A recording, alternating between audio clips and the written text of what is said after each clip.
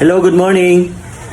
Kayo ho ba ay interested na bumili or magpapadeliver na ng Shinong Rice Mill Machine?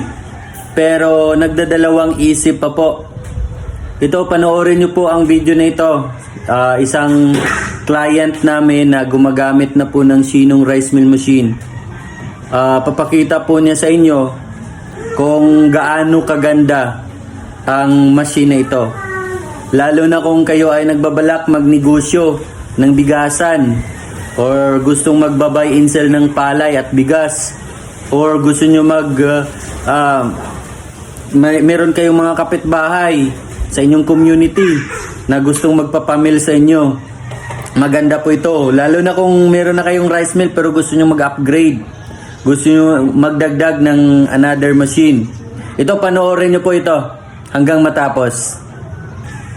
Ang video na ito ay credited po from Sir Mark Lakbayog ng isang client namin from Paniki, Tarlac. Maraming salamat. Good morning po. Magbibigay lang po ako ng feedback po dito sa rice mill namin. Ito po yung gawa ng South Korea, Shinong Rice Mill Machine po. Ito po. Maliit lang po siya at di kuryente at hindi po siya maingay. Kahit meron po kami diyang kapitbahay sa likod, nag-iisang bahay po yan.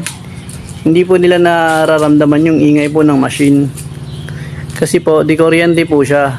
Ayan po. Bali yung capacity po nito sa isang oras, 300 kilos po per hour.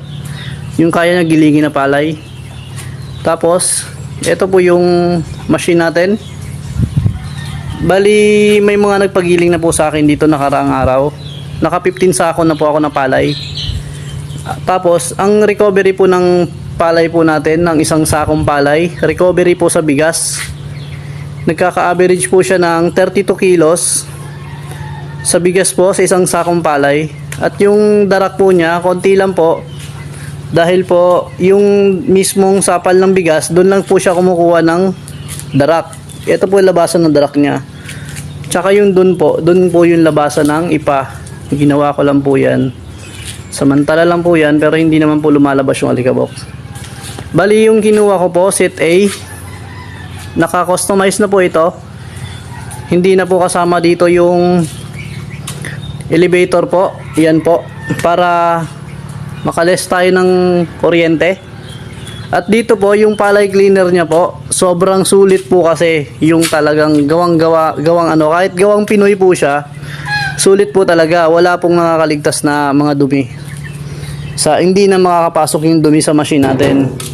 Bali dito po, nilagyan ko po ng magnet para yung mga buhangin po hindi na po pumunta sa machine, para hindi masira yung ating urethane. At yung urethane po natin dito po sa ilalim, inaalagaan ko po ikutin to para hindi po siya agad mabutas. Ayan po, ito po yung ating machine. Ito, ganito lang po kaliit yung machine natin. Bali yung space na makukuha niya, simula po dun hanggang dito, nasa 7 feet lang po ata. Bali yung box ko po, ito na po. Ako na po gumawa niyan. Yung laman ng ganitong box, nasa 2 sako po yan. Yung sukat po nito, yung mga gustong maggayahin po yung box na yan, 2 feet by 4 feet lang po yung laki niyan. 2 sakong palay po yung kasya po dyan. Ayan po, single phase lang po ito. Promote ko na rin po itong aming mini kuno po. Dito lang po kami sa Puro Kisla, Patalan, Juanita Subdivision po. Hanapin nyo lang po ako, Marvin Lakbayog po. Ayan po, yung contact number ko 0909-25-69931. Token text po yan. Tawag lang po kayo sa akin kung magpapagiling po kayo. Ito po, goods na goods po ang Shinong Rice Mill Machine. Wala ka nang hahanapin po dito. 5-in-1 po ito. Sobrang linis po. Sobrang linis ng bigas niya. Puting-puti. Para ka na rin po naka-commercial na mga bigas. Sobrang puti niya. Ayan po. Ito po yung ating ating machine. Sobrang liit lang niya. Saka, hindi mo akalain na kahit maliit lang po siya, kaya niyang gumiling ng 300 kilo sa isang oras. Ayan po, marami rin po nagsasabi sa atin na nagpapakiskis dito na malaki daw po yung kinagkaiba sa kunuhan sa gilingan natin. Kasi yung machine natin, malaki po yung recovery po niya. Tsaka yung darak niya po, sobrang konti lang. Nung nakaraan po, yung itong sakong palay, yung naging darak niya po ay 52 kilos lang po. Tapos yung bigas niya po, naging recovery po sa bigas po ng 7 sakong palay ay 200 kilos na bigas. Ayan po, malaking gulat. Nagulat po talaga yung mga nagpagiling po sa akin kasi ang laki po ng recovery. Ayan po. Ito lang po yung ano natin. Thank you po nga pala sa Shinong Rice Mill Machine tsaka sa BSC Company po. Sulit na sulit po. Hindi po kami nanghihinayang sa kinuha namin ganitong machine. Abot kaya po. Pang barangay na gilingan. Pwede ka rin pong mag business ng palay, buy and sell po. Para po pang sarili lang. Kung gusto mo mag business sa pang sarili, pwede rin po ito. Pwede mo rin itong gamitin. Yung Shinong Rice Mill Machine. Sobrang friendly po ito. Hindi po siya maingay. Hindi po siya nakakabulao sa ibang tao. Sa mga kapitbahay natin. Friendly po siya. Ito lang po yung masasabi ko. Salamat po. Good morning po. Magbibigay lang po ako ng feedback para po dito sa aming Shinong Rice Mill Machine. Mga dahilan po kung bakit pinili ko po itong ganitong machine. Isa na rin po doon yung mabilis po siya. Sa isang oras po, nakaka 300 kilos po siya sa palay. At hindi po siya masyado maingay. Tahimik lang po siya. Ayan po yung ng Shinong Rice Mill Machine. Set A po yung nakuha ko. Tsaka pina-customize ko na rin po yung aking machine. Hindi ko na po ng elevator para po makaless tayo sa kuryente. Bale, ito lang po yung pagka-setup ko po pang samantala. Bali, nagamit ko na rin po ito mga naka 15 sacks na sigurong na nagiling ko po dito. Ang kinagandahan po ng ganitong machine, kahit po solo ka lang po, kayang-kaya mo po kasi hindi naman po siya mahirap. Madali lang siya i-manage. Kahit ikaw lang po mag-isa, kayang-kaya po. Ayan po. Kaya yung mga gustong mag-business ng rice mill, rice milling, pwede po kayo dito kumuha sa Shinong Rice Mill Machine. Yung ganito po na mga kahit babae lang po yung mag-operate nito, kayang-kaya po. Ayan lang po siya.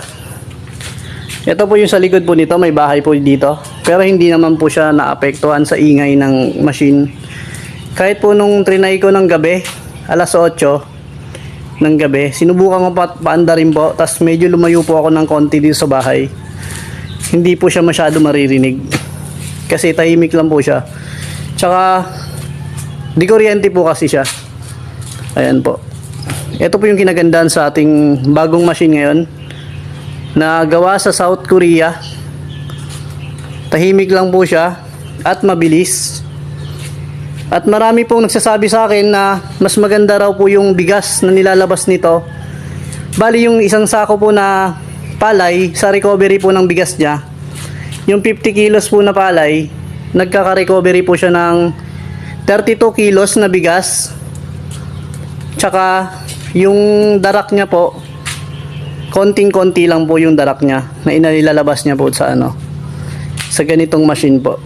Ang layo daw po sa mga dati nilang pinapagilingan na kunuhan, yung malalaking kunuhan po, sa recovery ng machine natin na ganito. Kaya mag-avail na po kayo ng Shinong Rice Mill Machine. Ay, sorry po, may gansa. Bali, ikot ko lang po kayo dito sa aming machine. Ayan po. Maliit lang po yung space niya. Ayan lang yung nakain ng space niya. Ayan po.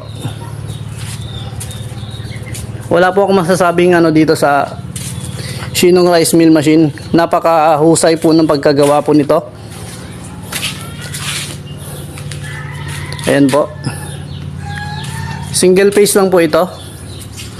Tsaka nasubukan ko na po ito ng ilang beses. Naka 15 kaban na po ako ng palay.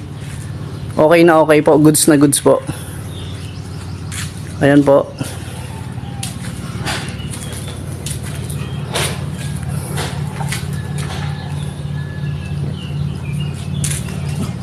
Ito lang po yung aking masasabi sa sa Shinong Rice Mill Machine. Goods na goods, 100% po. Kuha na po kayo nito, murang-mura lang po, abot kaya. Makakatulong po ito sa ating kabarangay. Hindi na po sila lalayo. Ayan po, yung ating machine. I-promote ko na rin po yung aming aming tarpaulin po. Ito po yung amin. May na po kami dyan, barangay permit po. Digong Rice Mill Machine, Puro Kisla Patalan, Barangay Patalan, Panikitarlac po. Ayan po yung contact number ko po. Sa mga taga Patalan po o taga malapit po dito sa barangay namin, mga gusto magpakiskis, magpagiling, punta lang po kayo dito. Open po ako araw-araw.